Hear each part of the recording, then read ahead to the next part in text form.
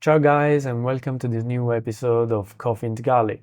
A glass case might look like the perfect way to protect a molder from dust, but in conservation it can be a trap. Without ventilation, humidity builds up inside, encouraging mold and corrosion. Direct sunlight on glass case can also create a greenhouse effect, slowly cooking delicate wood, fading pigments and even warping plants. Museums now often use acrylics with UV filters and microventilation slots, allowing air to circulate while keeping dust out.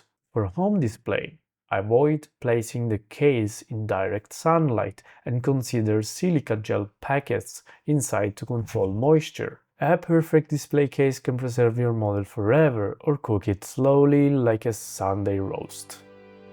Cheers!